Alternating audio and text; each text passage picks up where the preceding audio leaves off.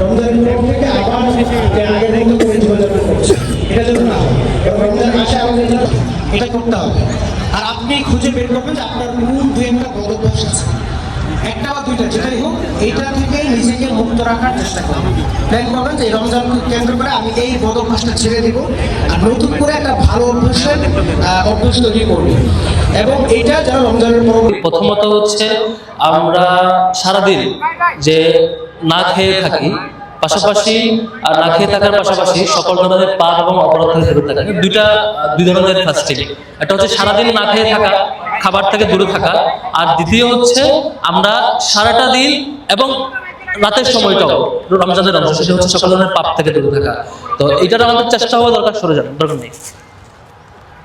আমাদের চেষ্টা হওয়া দরকার সেটি হচ্ছে পুরোটা দিন, পুরো মাসব্যাপী যাতে আমি অপরাধ থেকে দূরে থাকতে পারি, পাপ থেকে দূরে থাকতে পারি, এবং লং রানে চালু থাকে। দ্বিতীয় যেটা, সেটা হচ্ছে রমজানে সবচেয়ে বড় জায়গা যেটা আমরা হেদায়েত খুঁজতে চাই। হেদায়েতটা কেমন খুঁজবো? সেটা হচ্ছে কোরআন তেলাওয়াতের মধ্য দিয়ে। আমি বিনীত অনুরোধ করবো, আমাদের সেই ব্যক্তি ভাগ্যবান মনে করবে নিজেকে যে পুরো রমজানে অন্তত আল্লাহ রাব্বুল আলামিন আমাদের জন্য কি পাঠাইছেন কোরআনে, সেটা অন্তত একবার অর্থ সহ পড়বেন। আমি সংগঠনের শুরু থেকে ইউনিভার্সিটি আসার পর থেকে মোটিভেশন পেয়ে আসছি, রমজানে অন্তত আমাদের একবার অর্থ সহ পড়া উচিত। যতই ব্যস্ত থাকি না কেন, আল্লাহ আমাদের জন্য কি হিদায়াত পাঠাইছেন একবার চেক দেওয়া উচিত, একবার রিপিট করা উচিত, পরে একটু রিকল করা উচিত। থার্ড হচ্ছে এই যে সারাদিন না খেয়ে থাকি, অপরাধ থেকে দূরে থাকি, এটা মূলত হচ্ছে তাকওয়ার প্র্যাকটিস।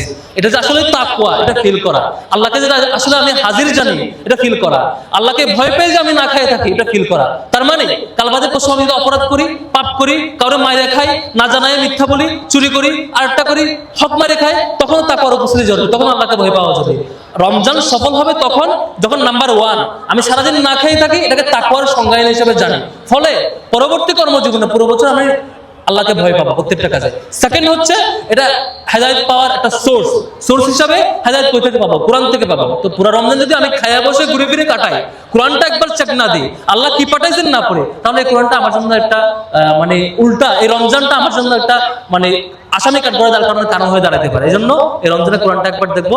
আল্লাহ রাব্বুল আলামিন আমাদেরকে হেদায়েতের পথে রাখুক, এবং সিরাহ এবং কোরআন অধ্যয়নের মধ্য দিয়ে আল্লাহ রাব্বুল আলামিন আমাদেরকে হেদায়েতের সত্যিকারের পথটা অবলম্বন করে তাকওয়ার পথ অনুসরণ করার তৌফিক দিক। ওয়া তৌফিক ইল্লা বিল্লাহ। আসসালামু আলাইকুম ওয়া রাহমাতুল্লাহ। মাদরফেতে ইফতার একটা অনবদ্য একটা আয়োজন। আমরা যখন বাইরে থাকি, আমাদের ফ্যামিলির সদস্যদের সাথে একসাথে বসে এই ধরনের ইফতার করে থাকি, আমাদের আব্বু আম্মুর সাথে থাকে, ভাই বোনদের সাথে থাকে। তো ক্যাম্পাসে আসার পরে এই ধরনের আয়োজনটা আমরা মিস করে থাকি। তো ইসলামী ছাত্র শিবির আজকে আমাদের জন্য এই আয়োজনটি করেছে, আমরা একটি করতালির মাধ্যমে ইসলামী ছাত্র শিবিরকে ধন্যবাদ দিতে পারি। একই সাথে রমজান মাস, এই রমজান মাস হচ্ছে কোরআন নাজিলের মাস, রহমত, মাগফিরাত, নাজাতের মাস। এবং আল্লাহ রাসূল ইসলাম বিদায় হজ্জের ভাষণে বলেছেন, আমি তোমাদের জন্য 2টা গ্রন্থ রেখে যাচ্ছি, যতদিন পর্যন্ত এই 2টা গ্রন্থকে তোমরা শক্তভাবে আঁকড়ে ধরবে তোমরা পথভ্রষ্ট হবে না। একটা হচ্ছে কিতাবুল্লাহ, পবিত্র কোরআন মাজিদ, আর একটা হচ্ছে রাসূলুল্লাহর সুন্নাহ। তো এই কোরআন এবং হাদিসকে আমাদের শক্তভাবে আঁকড়ে ধরতে হবে।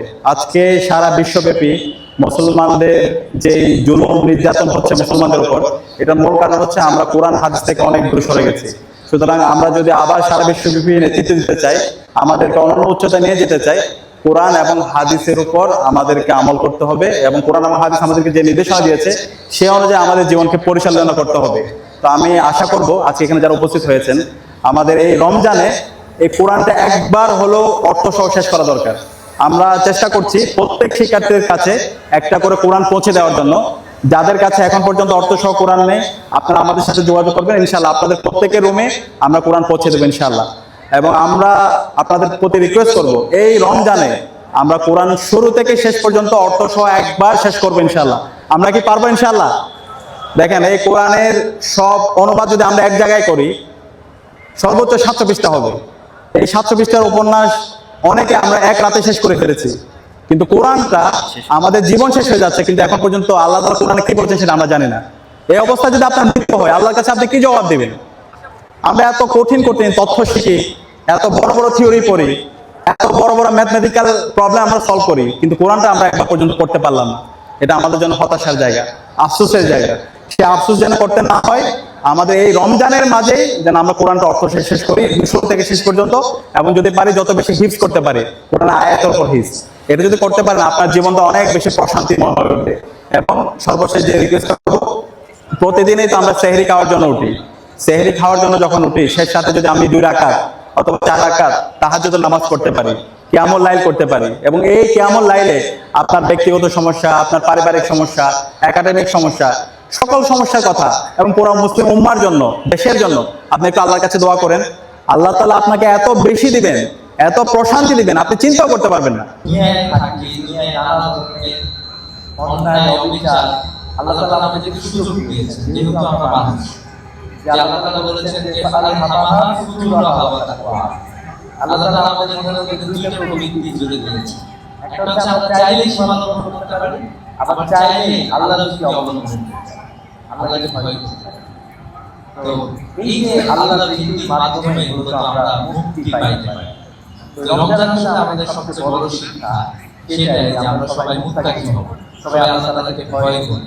আল্লাহ তাআলার কাছে মর্যাদা মাপকাঠি অন্য কোনো কিছু না। সমাজটা যদি এরকম হয় তাহলেই রমজানের যে শিক্ষা, সেই শিক্ষাটা সামাজিক পরিবেশ আমাদের সকলের প্রতি অনুরোধ থাকবে যে আমরা সেভাবেই এখন যেমন সুশৃঙ্খলভাবে আছি সেভাবেই ইনশাআল্লাহ। যারা উপস্থিত হয়েছেন সকলকে ধন্যবাদ জানাচ্ছি। আজকের আয়োজনে যদি কোনো ত্রুটি হয়ে থাকে তাহলে ক্ষমাসুন্দর দৃষ্টিতে দেখার অনুরোধ থাকলো। আমরা আশা করছি পরবর্তী রমজানেও আমরা সবার সাথে আবার এই ধরনের আয়োজনে একত্রিত হতে পারবো ইনশাআল্লাহ। আসসালামু আলাইকুম। আল্লাহ তুমি সমস্যা সমাধান মালিক, আল্লাহ তুমি আমাদের সমস্ত সমস্যাগুলোকে সমাধান করো। আমিন রব্বির হামহুমা কামা রাব্বায়ানি সগীরা। আমিন রব্বির হামহুমা কামা রাব্বায়ানি সগীরা। রব্বানা ওয়ালা তুহাম্মিলনা মা লা তাকাতা লানা বিহি ওয়া'ফু আন্না ওয়াগফির লানা ওয়ারহামনা আনতা মাওলানা ফানসুরনা আলাল কওমিল কাফিরিন বিরহমাতিকা ইয়া আরহামার রাহিমিন। এই সাংবাদিকদেরকে দিতে হলো, সবাই কি পাইছে সাংবাদিকরা? এটা দাও, এটা দাও, এটা দাও।